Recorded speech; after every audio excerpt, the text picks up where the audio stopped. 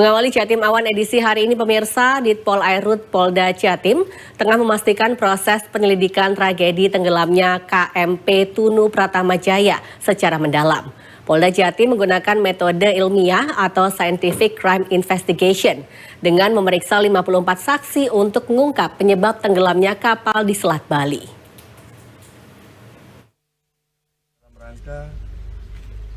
Ditpol Airut Polda Jawa Timur kini tengah menyelidiki tragedi tenggelamnya KMP Tunu Pratama Jaya di Selat Bali, Banyuwangi. Proses penyelidikan menggunakan metode Scientific Crime Investigation dengan cara memindai kondisi dasar laut untuk memetakan bangkai KMP Tunu Pratama Jaya. Pemindaian dilakukan menggunakan side scan sonar milik Pol Airut di lokasi objek kapal tenggelam. Pemindaian ini beriringan dengan proses serupa yang dilakukan oleh tim SAR gabungan. Data hasil pemindaian menunjukkan bahwa kapal berada di kedalaman antara 47 meter hingga 50 meter dari permukaan air laut. Kondisi bangkai kapal terbalik di dasar Selat Bali, dengan lokasi di sisi selatan tempat kapal tenggelam. Data ini sebagai data penting penunjang proses penyelidikan yang berlangsung sejak awal tenggelamnya kapal.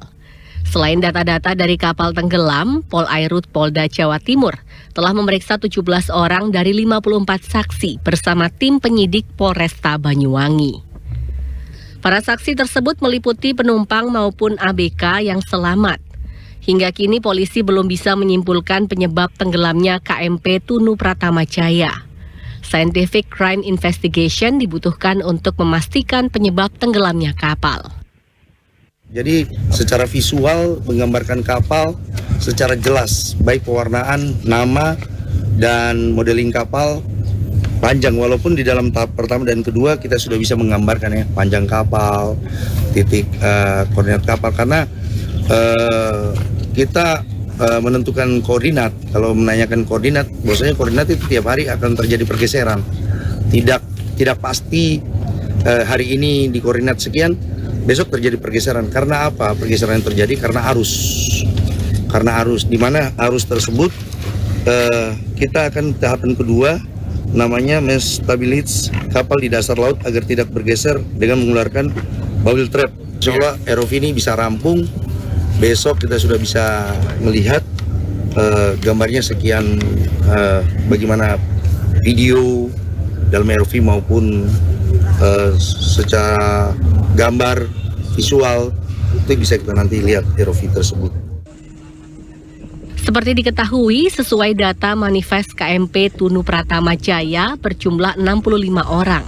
Hingga minggu malam dilaporkan sebanyak 30 korban ditemukan selamat. 18 orang meninggal dunia, 17 orang dinyatakan hilang.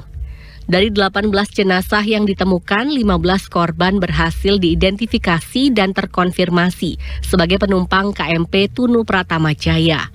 Sedangkan 3 jenazah masih dalam tahap penyelidikan di ruang instalasi kamar mayat RSUD Blambangan Banyuwangi.